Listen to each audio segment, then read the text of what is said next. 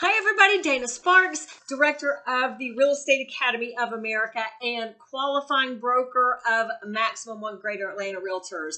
And I am continuing on today with the contract tips, the changes that the Georgia Association of Realtors, or GAR, has made for the 2023 contract forms. So I do have a playlist, 2023 GAR contract, and I will link below other videos that I have done. And please attend our free 3-hour CE classes taught virtually and in person throughout December of 2022 and January and February of 2023 on the changes that the Georgia Association of Realtors has made to their contract tips. So continuing on with these contract tips, today I'm going to talk about the contract changes. Today I'm going to talk about the changes that the Georgia Association of Realtors has made to the FHA and the VA loan contingency exhibit. So please watch the video that I also have already published on the changes for 2023 that GAR has made to the conventional loan contingency exhibit. But today I want to talk about the FHA and VA loan exhibits. So the FHA loan contingency exhibit is GAR form F407 and the VA is GAR form F410. As I already mentioned in the conventional loan exhibit, one of the universal changes that they have made to all of these financing exhibits is in the section where they talk about interest rate, where you have to identify the loan that the contract is being made subject to, and it has loan amount, term, interest rate, rate type, and source of loan. Under the interest rate section, they have now at par, meaning what the interest rate is that a lender is charging for a buyer without the lender having to pay points or the buyer having to pay for a lower rate. So what the rate is at par, and they've put at par to identify that that's what the rate. And then GAR has added where the fill in the blank is for the interest rate, not greater than. So it reads the interest rate at par, not greater than blank percent per annum or initial rate on an adjustable loan. So that's a universal change. So nothing has changed there. The biggest change has been the change for the time frames for the financing contingencies. So there's a whole separate paragraph in 2023, and it is now under paragraph, I am looking at the wrong thing.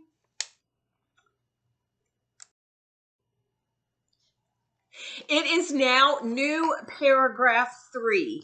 And what that is, it says length of financing contingency period. The length of the financing contingency period in section below shall be blank number of days from the binding agreement date. So there's nothing conceptually that is different. It's just formatted a little differently on the form. So the time frame for a buyer getting an FHA insured loan, the time frame for that financing contingency, the fill in the blank that the buyer and seller negotiate for that period, used to be within that paragraph that describes what the contingency is, what the buyer's obligations are, notice to the seller if the buyer can't convince the lender to lend them the money, so forth and so on. That time frame now has been teased out into its own separate paragraph, paragraph number 3, length of financing contingency period. Again, that is a universal change in all of the financing exhibits.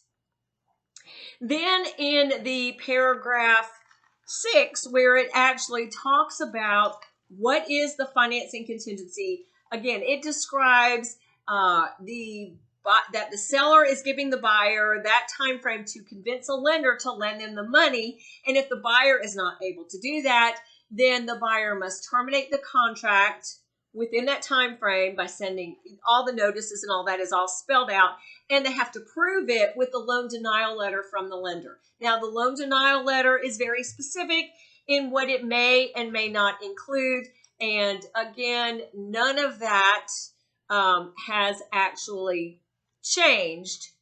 Just so far, they've teased out the time frame into a separate paragraph.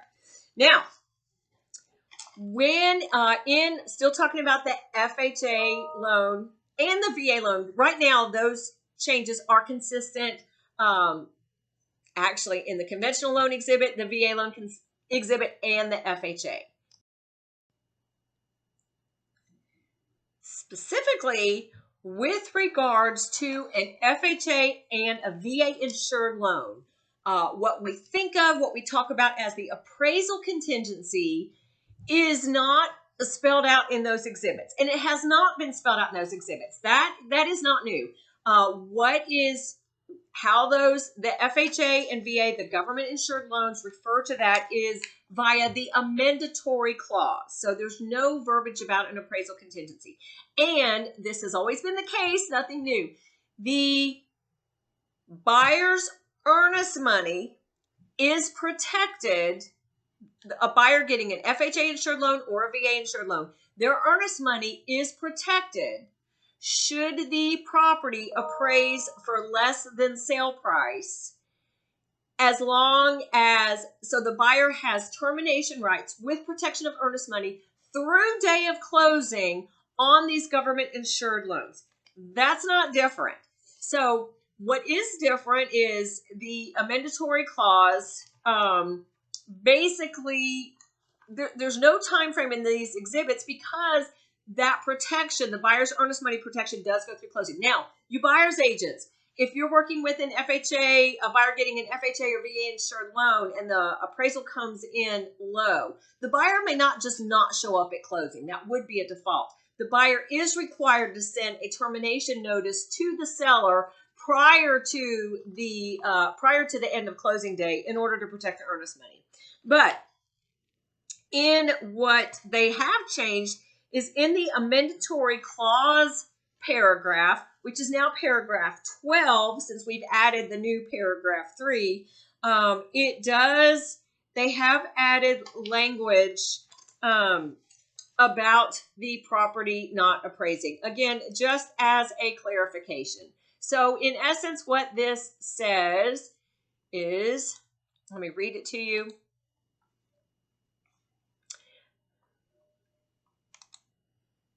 What this says at the end of the amendatory clause, so they've added another phrase that basically says the amendatory clause that again is in essence an appraisal contingency for an FHA or VA buyer that is protected even, well, let me just read it to you.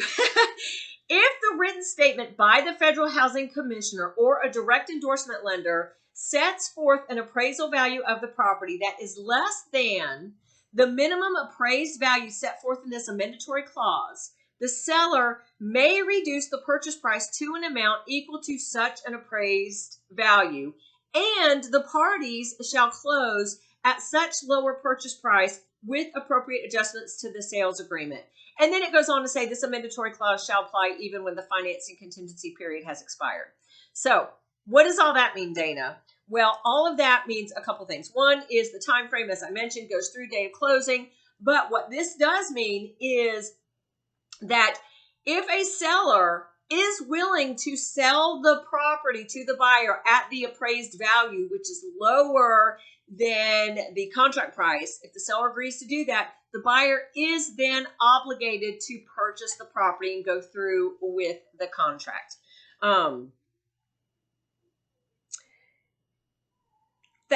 Those changes are consistent with the FHA and the VA loan. Now, another thing that they have done in the FHA loan contingency exhibit and the VA loan contingency exhibit is this is just a clarification. It basically says that the buyer and seller, as you know, negotiate who's going to negotiate for repairs that are mandated by an FHA or VA appraiser.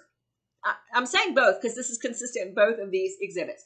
So in other words, if not independently negotiated between the buyer and the seller, but if the appraiser mandates repairs to the property to meet the appraised value, to meet the contract price or whatever the appraised value is based on those repairs. In the exhibit itself, this is not a change.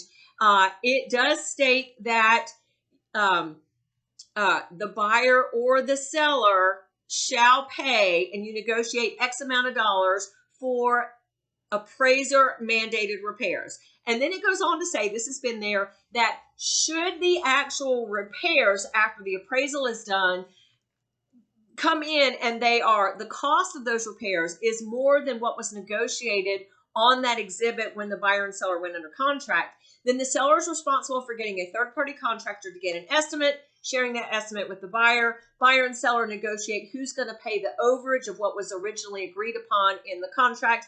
And if they can't come to terms, the contract automatically terminates.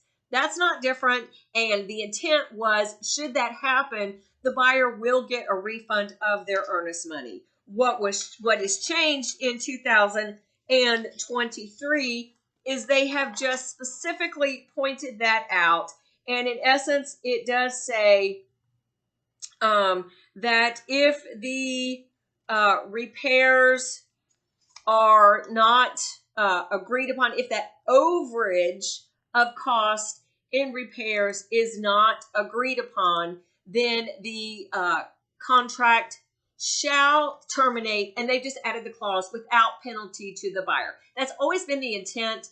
Again, they just made that clarification to avoid any disputes. Now, the only thing different with the VA loan contingency exhibit, in other words, a buyer getting a loan that is insured by the Veterans Administration, all the changes are, as I've mentioned, with the FHA exhibit. The interest rate, financing contingency time frame as a separate paragraph, the amendatory clause, and the repair cost overage, and if no agreement, buyer may terminate and will get the earnest money back.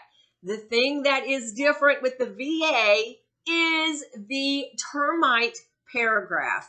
This poor termite paragraph has been reworked by the Georgia Association of Realtors Forms Committee for several years now. But basically, there's a couple of changes in here that I want to bring to your attention for 2023. The first thing, and this is now paragraph 15 in the VA Loan Contingency Exhibit, GAR Form F410, and it states, an official Georgia wood infestation report, or quote, termite report, meeting the requirements of Georgia law and dated within 90 days prior to the closing, indicating that the property is free of infestation from termites and other wood-destroying organisms, shall be obtained by and at the sole expense of, and now there is a check mark that says buyer or seller. So the buyer and seller negotiate who is going to pay for the actual termite letter. It goes on to say the rest of the verbiage in that paragraph is the same, with the exception of if there is a required reinspection, the seller does bear the cost of that reinspection. And so further on in that paragraph, it states, any reinspection fee necessitated by the seller correcting infestation from termites and or other wood-destroying organisms shall be paid for by the seller. So those are the only additional changes in the VA from the FHA, and very consistent with the changes in the conventional, with the exception of the appraisal aspect of it, because the buyer's earnest money is protected. If the buyer's getting an FHA or VA buyer, those loans insured by those government agencies, their earnest money is protected should the appraisal come in low, if they choose to terminate by sending notice of termination to the seller through day of closing. So there's no time frame for that. Always been the case. Just bringing that to your attention, as well as the phrase in there, if the seller agrees to sell it for lower, the buyer is obligated. So just a note, I've talked about this in the past, and we address this in class more specifically. If you listing agents, these amendatory clauses in the FHA and VA loan, for a buyer getting FHA and VA loan, These are government-insured loans. These amendatory clauses supersede or take precedence over the contract. So don't be tricked.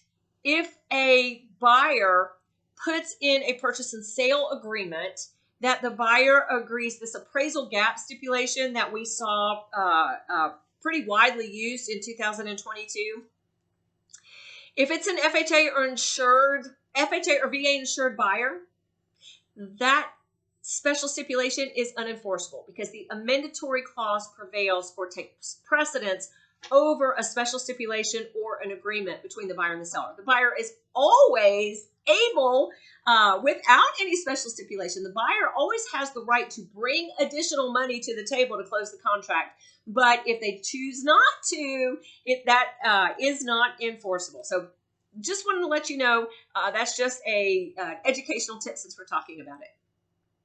Please stay tuned for more videos on the changes that the Georgia Association of Realtors has made to the contract forms for 2023. Take our classes, and that's it for this one. Stay tuned for more video tips on the changes that GAR has made to the forms. Thank you so much for watching. Dana Sparks, Director of the Real Estate Academy of America, formerly the Georgia Real Estate Academy, and qualifying broker of Maximum One Greater Atlanta Realtors. Bye. If you like that video, check out the one here. If you like the content on this entire channel, please click here to subscribe. I try to take even the most complicated of real estate situations and make them crystal clear. See what I did there? Real estate made crystal clear. Thank you guys so much for watching.